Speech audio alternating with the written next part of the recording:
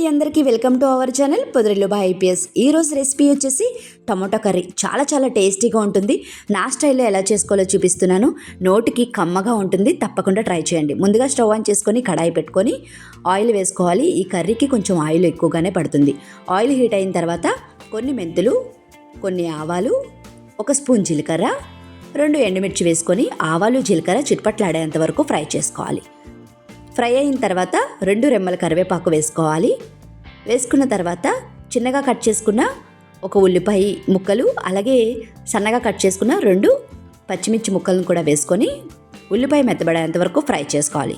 Fry అయిన తర్వాత పచ్చగా దంచుకున్న 6 ఎల్లుల్లిపాయలు కూడా వేసుకొని ఫ్రై చేసుకోవాలి. ఫ్రై అయిన తర్వాత 4 టమాటాలు చిన్నగా కట్ చేసుకొని ఈ విధంగా వేసుకొని మూత పెట్టుకొని మీడియం మంట మీద ఉడికించుకోవాలి. ఈ విధంగా మెత్తబడిన తర్వాత ఇందులోకి రుచికి సరిపడా సాల్ట్, అలాగే పసుపు కూడా వేసుకొని పచ్చివాసన పోయేంత వరకు చిన్న మంట మీద మూత పెట్టుకొని ఫ్రై చేసుకోవాలి.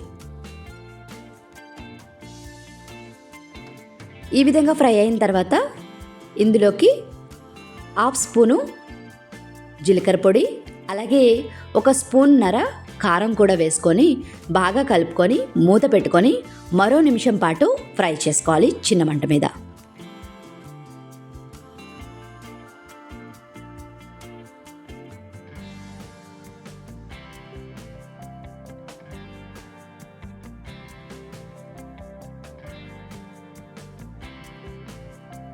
ఈ విధంగా ఫ్రై చేసుకున్న తర్వాత చూసారా, ఆయిల్ అంతా ఈ విధంగా అనేది మనకి పైకి తేలాలి. లాస్ట్లో కొంచెం పుదీనా, అలాగే 1/2 స్పూను ధనియాల పొడి వేసుకొని బాగా కలుపుకోవాలి.